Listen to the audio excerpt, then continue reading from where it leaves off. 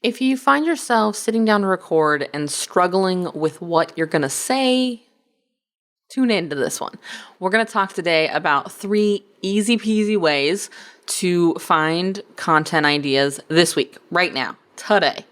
I'm also, as a little bonus, going to share 3 things I want you to never, ever, ever do when you're looking for podcast content ideas.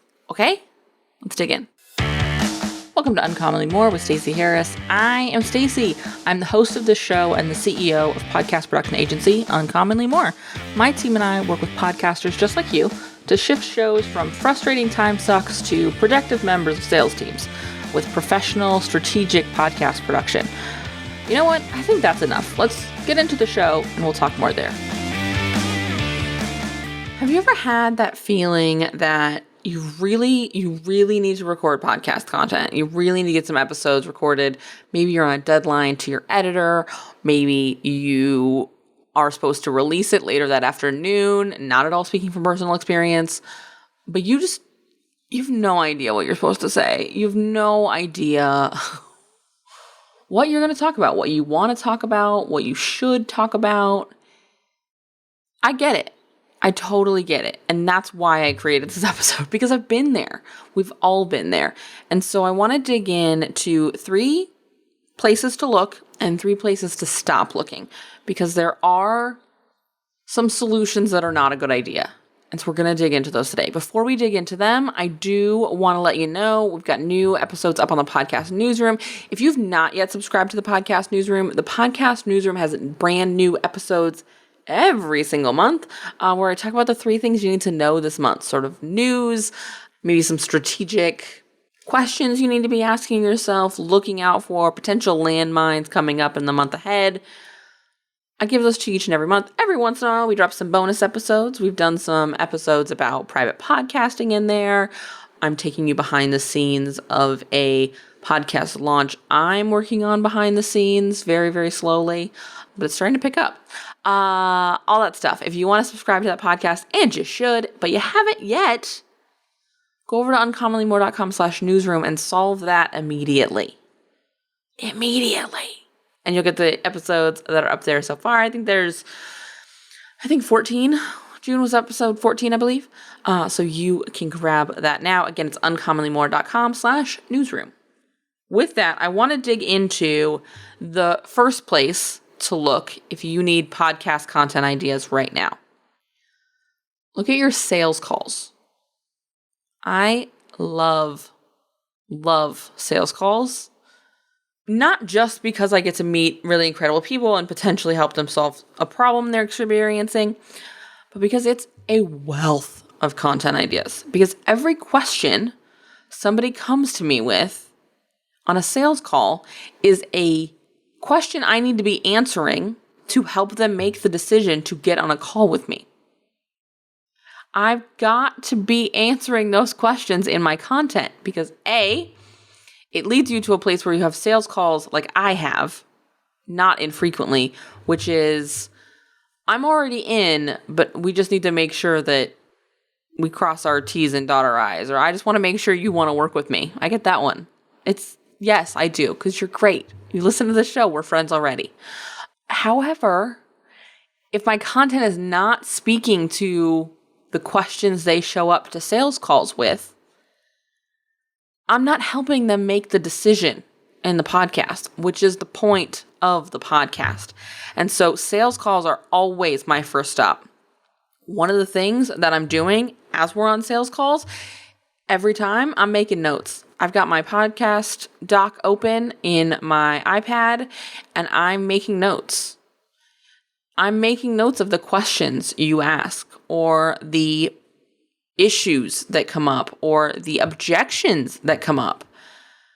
And not because I want to be able to fight off the objection, but cool, if I'm getting this objection on a sales call, there's something I've not made clear in the content up until now. So maybe that's a price thing, maybe that's a process thing. An example, let's give you an example. An objection I get not infrequently, and I'm getting less, which means I've done something that fixed it, but I don't know what it was, so is people who don't want to be working ahead on their show. They like being able to record in the moment, release in a matter of a couple of days or a week, and be right into promoting that show. The way our process works, our clients record their episodes about 4 weeks before the episode actually releases. And occasionally I run into clients who that feels kind of disconnected for them. They already feel like they've moved past what they were sharing 4 weeks ago because they've recorded 3 episodes since then, and they're thinking about those, and they're thinking about what they're going to record next. And this is a really helpful objection because it's just not the way we work. It's just not the way this process works. It's not the kind of demand I put on my team. And honestly, I don't like it. It's just not the way I work. And so that's not a good fit. Doesn't make either of us wrong, doesn't make either of us right. It does, however, make us a poor fit. And so I need to make sure that I'm addressing that in my content. Notice me addressing that in my content. I talk a lot in content about our process, about our timeline, about why we work that way, about the value in working that way. I can set up a system to support you so that you're not batching, because not everybody likes to batch. That's just processy. But I can't change the timeline. And so I need to be speaking to why we work this way, not because the other way is wrong, but because then we work this way and we work this way for a reason. So it's probably not going to change. It's that simple. And this, above all, is why I like going to my sales calls for content ideas. So if you're somebody who records your sales calls, go watch them. Watch them with the intent to get content ideas, not to tweak your sales process, not to judge your blouse choice, not to hash around in why the person didn't buy or what you could have said here to make it whatever. No. Content ideas. Listen to the questions they're asking you. The reason I love watching back old ones, especially, or taking notes like I do during calls, is I get to see themes. Like I said, I have a doc open on my iPad. I use GoodNotes on my iPad, and I have a doc open that has that person's name on it, and that's where I'm making notes related to our conversation. This is what they sell. This is who they work with. This is when they're looking to get started. This is the team they have now. Notes related to my sales call, things I'm going to need to know to further my sales process and most often, start our work together. But I also have that second doc open that is a podcast doc that I'm writing questions in. And I literally just list them out. I don't even know who they came from always. Sometimes I'll put a note, but generally they're just a list of questions. And I'll go through and I'll notice that there's a lot of repeat questions. And so if you haven't been doing this and you have those recordings, that's a great way to go through and see, oh, I actually get this question on nearly every sales call. How can I be addressing it in content? That's why the What Working with Uncommonly More episode exists. Because I was getting on sales calls and people are going, cool, so what is the process? What is the expectation of me? How do I show up? Where does this all exist? What's going to happen after I hand you $1,500, $2,000, $3,000, whatever the investment is? What's going to happen next? And so we did a whole episode. That's what it looks like, what the process is. Here's what happens. Because this is not a mythical thing. It's not like, don't look at the man behind the curtain. This isn't Oz. So here it is. But I could see that because I have notes that show me this comes up every time. I want to shift into the second way, easy way to find new content ideas for your podcast this week. And that's your client calls. And so this is a very similar process, but this will give you a different kind of asset. So when we're talking about doing this with our sales calls, we're building a sales asset. We're building the episodes that get linked in our email sequences, that get quoted in social emails, that go out as part of a launch prep. We're creating sales assets. Now, when we talk about this next category, we're talking about client calls. This is where we're talking about helping them identify a problem and helping them identify that we're the solution. Demonstration of our expertise. So if, we're in June right now, I'm actually recording this in May, but we're in June right now, and that means I'm neck deep in client calls, which means we're sitting down with every single one of our clients, which means come the end of June, I will have another page in that podcast doc I shared about that's full of the things I said in every single call. And spoiler alert, they're going to be a lot of the things I said last year for our Q3 calls. Because this time of year has certain things.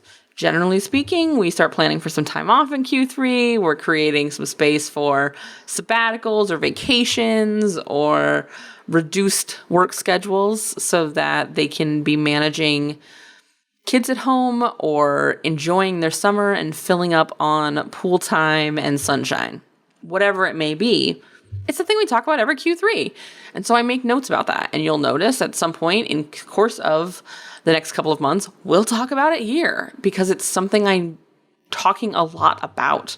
So what are those things? What are those things that are showing up in every consulting, coaching, delivery, whatever conversation? What are the emails you're getting over and over again as you start your process?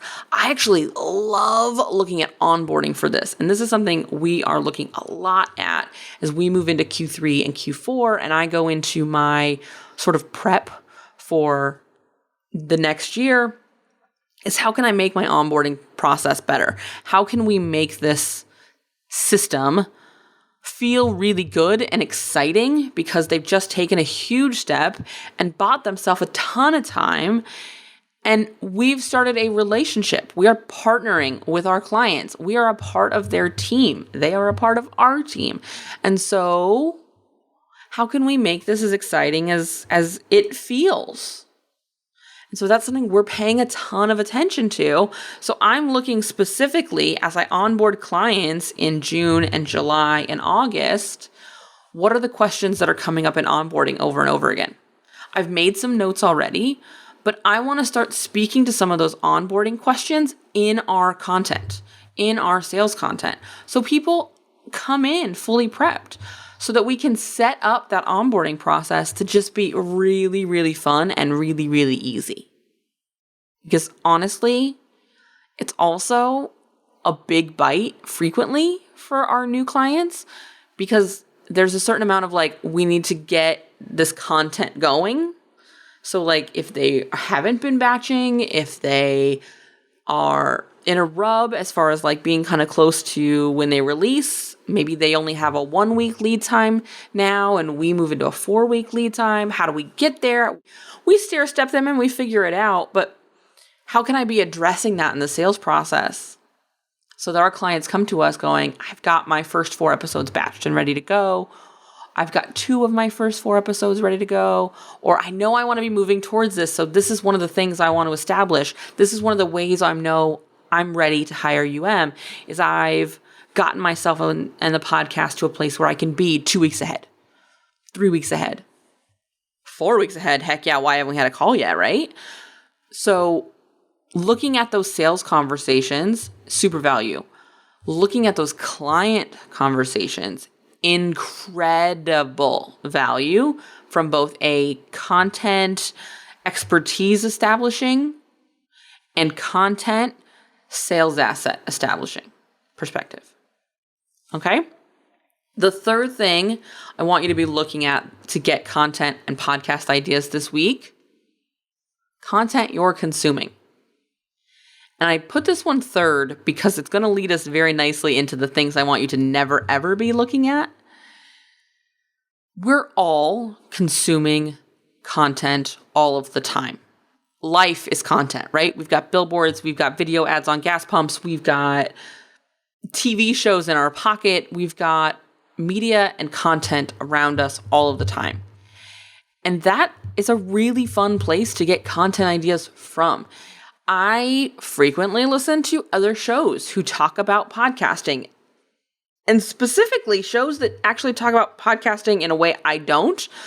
So maybe they're talking more to B2C shows or where shows where the business model is the show. Like I said, they're building an audience for sponsorships or something like that, because it allows me to find places where I can differentiate so that I can make it easier for my potential customers, for our potential podcasters, to see my raised hand saying, this is what we do. This is how we work.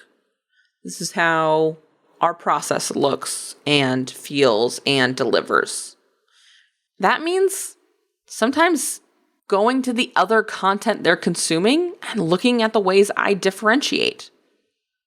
Looking at the ways that my perspective is different. Looking at the places I straight up disagree. And this doesn't mean that I then pull that content into my content and I go, look at this person, they're an idiot. Look at this person, they're an asshole. Look at this person, they're wrong. That's not what's happening. That's not what we're doing. What I am doing is I'm coming back to my show and I'm going, cool. So I know that they're potentially consuming this or seeing this, and I really want to deliver this. So how do I address that? Well, what's the question that gets them the answer that they're getting on that show? Cool. Here's my answer to that question. And I create my episode answering that question. So when that people who are looking for that question, or looking to answer that question rather, are Googling, are looking through their podcast, are scrolling around, they see both of us. And this is why SEO work is important. Right? They see both pieces so they can see my raised hand, and not just the raised hand that I don't agree with, that I think is wrong and sometimes dumb, let's be honest. But this content exists everywhere. It can also be, sometimes I get content ideas watching TV or a movie. I'll find something that I'm like, ooh, I can relate that to this. Great. Look at what you're consuming. Look at where you've had opinions that fit in to your audience, to your value point, that serve your listenership and make sense in the context of your show. Certainly, I have lots of opinions on media that is not helpful to you. Maybe one day I'll launch a show just for my own soapbox moments. That day is not today. And if anything, it would be a TikTok, let's be honest. But I want you to be looking at where can you find inspiration in what you're already consuming. And here's the other side of that. And here's how we get into the and never ever do this. And we're going to rapid fire through these to get through these last bit of the episode. But I never ever ever want you going, cool, I want to sell what this person sells. I want to sell it to the audience they sell. And this is the episode they did, so this is the episode I'll do. No. First of all, you have no idea if any of that's working. You have no idea who they really work with. You have no idea if they're actually getting clients. So it's not helpful. But also, it's real gross. If you do not have enough of an opinion about content to be able to find your own perspective, you're not an expert. This is not your place to show up and speak to. I understand the allure, and I think a lot of times this doesn't come out of I don't have my own opinion. It comes out of that looks like it works and I need this to work. But that won't work. You don't know if it's working for them, but it will never work for you because it's not yours. It's not your value. It's not your expertise. Sometimes it's not your opinion. It's not a fit for your model. It's not a fit for your audience. And so straight up going, they're talking about this, so I should talk about this, is always going to hurt you more than it helps you.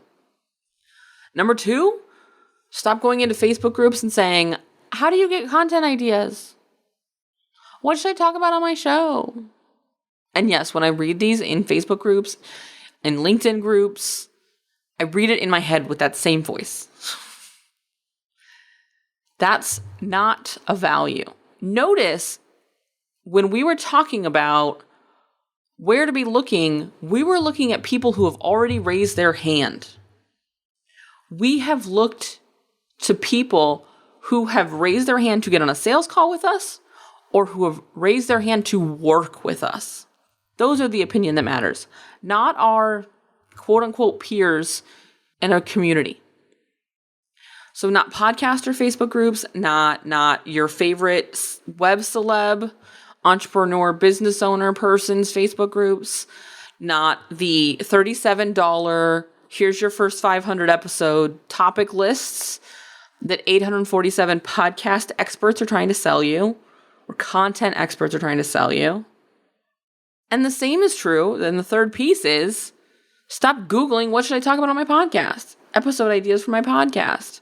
Again, we're not looking to what other people think I should talk about. We're looking to what do the people I want to work with need to hear to support them as they identify and solve their problem. That's where we've got to be looking. So sit down and look at your coaching calls. I don't know about you, but I record all of our client calls. I make it really easy for our clients to go in and listen to them again, especially because we meet once a quarter. So sometimes in July, they're like, I know we talked about this episode, but I did not know what the context was. They can go back and watch the recording. But so can I. I can go and see, I said this in every sales call. I said this in every client call. I said this in every consulting call. I said this in every workshop I did this week, or this month, or this last 6 months. That's a sign it's time to go into content. I'm using what I already have. And so I want to encourage you this month, before we hit Q3, before we wrap up Q2, take some time and review your last 2 or 3 sales calls, your last 2 or 3 coaching calls. I guarantee you can get 5, 10, 15 pieces of content out of those conversations. And if you can't, we have to have a larger conversation. All right? All right, with that, I'm going to wrap us up and remind you as we move into July, we do only have 1 spot in July available to get started with us. So if you are interested in transitioning your show from DIY into production, or you're moving from one production agency to another, I would love to sit down and chat with you. So head over to uncommonlymore.com/podcast production and learn more about what podcast production with UM looks like. I will see you back here next week. If you made it to this point of the show and you still happen to be listening, which statistically is unlikely, I want to say thank you for listening. Thanks for hanging out with me today, and I want to hear from you. So reach out on social or via email and let me know what actions you're going to take from today's episode, because honestly, that's why we produce this show. That's why I record this show. That's why my team does all the work to release this show, is so that we can help you. You can help make a difference in your show and consequently in your business. If you haven't left a review for the show, head over to ratethispod.com/more. It's an easy way to show some love to the show and also help us reach more podcasters who are looking for the same kind of support you were looking for. If you have any suggestions or ideas or thoughts you would like me to address on the show, be sure to reach out. Again, like I say a lot, this is the start of the conversation, and I can't wait to hear what you have to say.